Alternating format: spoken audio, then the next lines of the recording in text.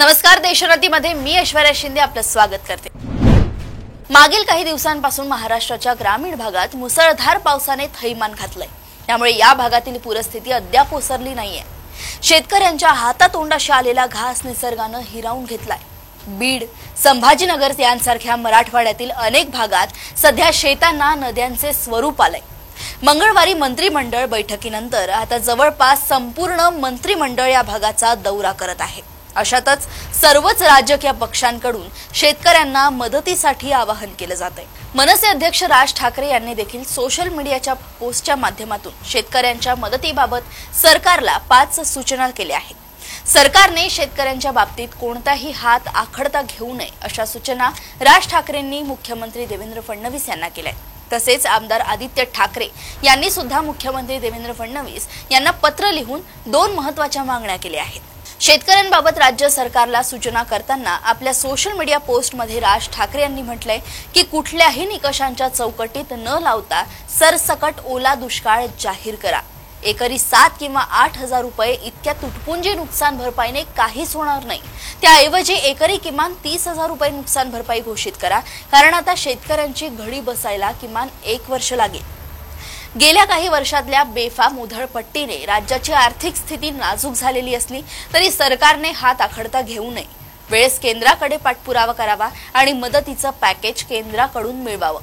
केंद्र सरकारने बिहारला असं पॅकेज आधी दिलं आहेच, त्यामुळे महाराष्ट्राला द्यायला काहीच हरकत नसावी। त्यासाठी दिल्लीचा जो काही पाठपुरावा करावा लागेल तो करावा। फक्त स्वतःच्या वैयक्तिक तक्रारींसाठी किंवा घटक पक्षातील संघर्षासाठी आम्ही दिल्लीत जातो असं चित्र न दिसता सरकारमधले सगळे पक्ष राज्यासाठी पण दिल्लीत धाव घेतात हे पण राज्याला दिसू दे। अशा आपत्तीचा पहिला फटका बसतो तो मुला-मुलींच्या शिक्षणाला। एकाही मुलाचं शिक्षण बंद होणार नाही, त्याला लागणारी वह्या पुस्तकं मिळतील आणि अशा परिस्थितीत 6माही परीक्षा देताना मुलांच्या मनाची काय स्थिती असेल याचा सरकारने विचार करून काही कृती तत्काळ करावी। हिंदी भाषा लादताना दाखवलेली चपळाई आणि आग्रहीपणा इथे पण दिसेल अशी अपेक्षा। या अशा आपत्तीनंतर रोगराई प्रचंड वाढते, त्यासाठी राज्याचा आरोग्य विभाग सतर्क राहील हे देखील सरकारने पाहावं। जिल्हा रुग्णालयांपासून ते आरोग्य केंद्रांपर्यंत सगळीकडे औषधांचा तुटवडा पडणार नाही हे सरकारने पाहावं। अशा संकटानंतर कर्जाच्या हप्त्यासाठी सुरू होणारा बँकांचा तगादा हा फारच तापदायक विषय असतो। एकतर बँकांना योग्य ती समज सरकारने आत्ताच द्यावी, अन्यथा आमचे महाराष्ट्र सैनिक ती देतीलच। आदित्य ठाकरेंनी मुख्यमंत्र्यांना लिहिलेल्या पत्रात म्हटलंय की अनेक शेतकऱ्यांचे जवळपास 50% किंवा त्यापेक्षाही जास्त नुकसान झाले। ही परिस्थिती अत्यंत दुःखद आहे आणि त्यावर त्वरित उपाययोजना करणे अत्यंत आवश्यक आहे।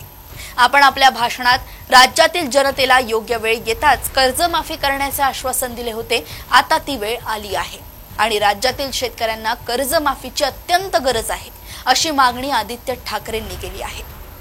शेतकऱ्यांच्या मदतीसाठी राजकारणाच्या पलीकडे जाऊन कृती करण्याची ही वेळ आहे। निसर्गाच्या कोपाने हवालदिल झालेल्या लाखो कुटुंबांसमोर अस्तित्वाचा प्रश्न उभा राहिलाय। सत्ताधाऱ्यांनी आणि विरोधकांनी केवळ पत्रव्यवहार, मागण्या आणि आरोप प्रत्यारोप यात वेळ न घालवता जमिनीवर उतरून तात्काळ निर्णय घ्यावे हीच आजची काळाची गरज आहे।